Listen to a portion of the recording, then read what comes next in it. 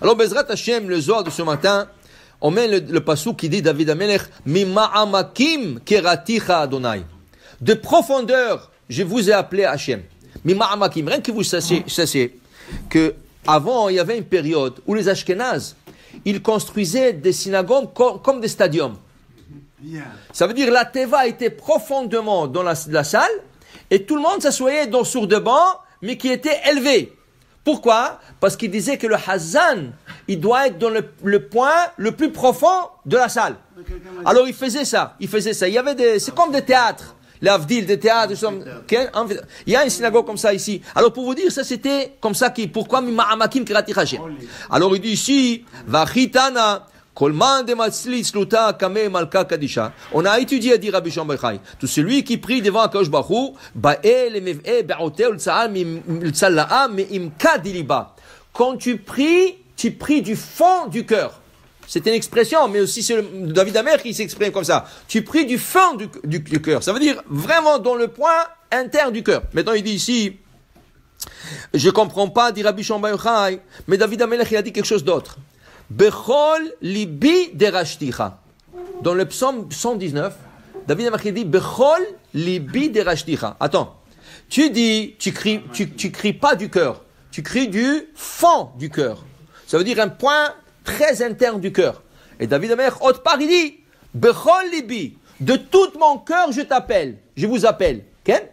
Alors, si c'est tout le cœur, c'est pas du fond du cœur. Et si c'est le fond du cœur, c'est pas tout le cœur. Alors il dit, c'est comme une contradiction. Et la chitana, ainsi on a étudié à dire Rabbi Shimon Bar Yochai, Kol barnash de ba'i ba'ote kame malka, ba'i lechavana da'ata u'uta mikra de chol ikarin. Il dit ici, tout d'abord, tu dois concentrer tout le cœur vers la question et ce que tu veux demander à Akadosh Baruch Hu. Tu veux demander à Akadosh Baruch Hu refoua. Tu veux demander à Akadosh Baruch Hu parnassa. Tu veux demander à Akadosh Baruch Hu réussite. Okay? Tout le cœur, il doit se soumettre à cette idée.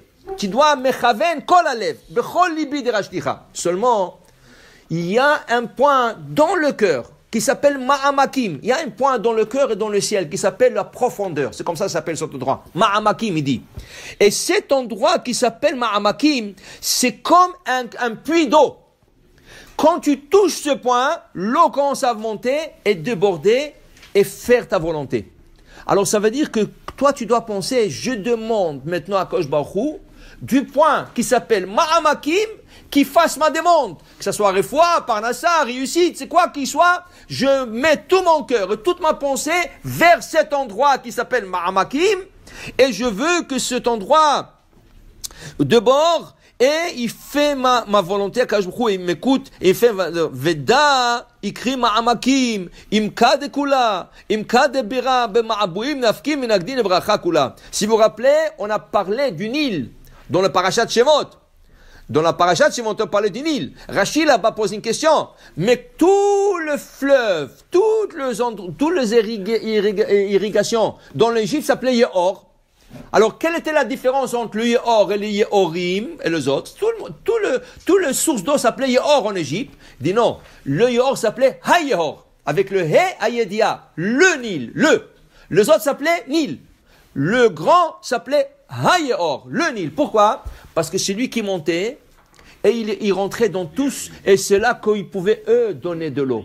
Alors, c'est ça. Il y a un point dans le cœur. Si tu concentres et tu penses et tu dis à Hachem, je t'appelle du fond du cœur, ce point-là, il monte et il irrigue. Ça veut dire qu'il commence à emmener les bénédictions dans le monde, dans ce monde. Pour dire que vraiment, une personne doit penser avec beaucoup de kavana. J'ai vu une histoire une fois. Le Baal Shem Tov, en son époque, il y avait une sécheresse. Et tous les fermiers juifs ne savaient pas quoi faire. Ils ne savaient pas. Ils dépendaient de cette pluie parce que sinon, la parnassa, ils n'ont pas une parnassa pour un an. Et la récolte et tout ça, ils ont investi d'argent. Baal Shem Tov, il a fait chez Elat Chalom. Il a fait une demande dans le rêve. Comment on peut sauver la situation? On lui a dit, dans tel village, tel et tel village, tu vas là-bas, il y a tel et tel monsieur. Si tu lui demandes de prier avec ferveur, le ciel va l'écouter et la pluie va descendre. Ah oui, ça doit être un tzaddik nistar que personne ne connaît. Il est parti tout de suite à faire la recherche, il est parti dans ce village, il a trouvé cette personne. Il lui a dit, s'il vous plaît, fais la prière avec ferveur pour qu'il y aura de la pluie aujourd'hui, demain, parce que le fermier est vraiment besoin. il a prié. Le même jour, le ciel se couvert avec du nuage et il y avait de la pluie qui est descendue. Il a dit, mais celui-là, c'était un Sadik Nistar, c'est pas possible. Comment je ne connaissais pas? Il dit, monsieur, vous connaissez un peu de la Gemara, la Mishnah?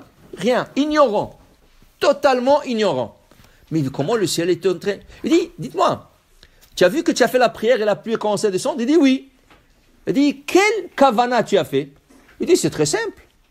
Dans le schéma, c'est écrit, Vaya, et si vous n'écoutez pas Hachem, Ve'atzar et Hashamaim, Dieu bloquera le ciel. Velo yematar, il n'y aura pas de pluie. Il dit, alors, qu'est-ce que tu as dit là-bas? Il dit, voilà, j'ai dit ça, et applique comme ça. Il dit, mais ça parle de quand je bloque les ciels, c'est pas ça. Il dit, non, pas du tout, c'est pas là. C'est pas ça l'intention dans ce verset. Il dit, alors c'est quoi l'intention? Il a dit, Rabbi, comment on dit en hébreu presser les olives? Comment on dit presser les olives? Otzer. Quel? Otzer et azitim. Otzer, ça ne veut pas dire arrêter seulement. En langage de Mishnah, presser les olives, c'est otzer. Moi, j'ai dit à Kosh Baruch, ve'atzar et hashamaim. À Kosh Baruch, pressez le ciel un peu. Pressez les nuages. Velo yematar. Et qu'il n'y aura plus de pluie dans les nuages, que la pluie descend sur terre. Et j'ai dit, je fais avec beaucoup de kavana. Maintenant, lui, il pensait que c'est le vrai sens du verset. C'est pas ça. Mais c'est pas ça. Mais lui, par son innocence, il priait du fond du cœur. Bloque. Alors, pour nous, c'est comme s'il priait bloquer le ciel, il n'y aura plus de pluie. Mais pour lui, c'est Akash Baruch presse le ciel. Alors, pour te dire, quand tu pries avec Kavana, même si tu as quelque chose dans ta tête qui est le contraire, Akash Baruch exauce ta prière exactement comme elle doit être. Baruch Adonai Le'olam. Amen. Amen.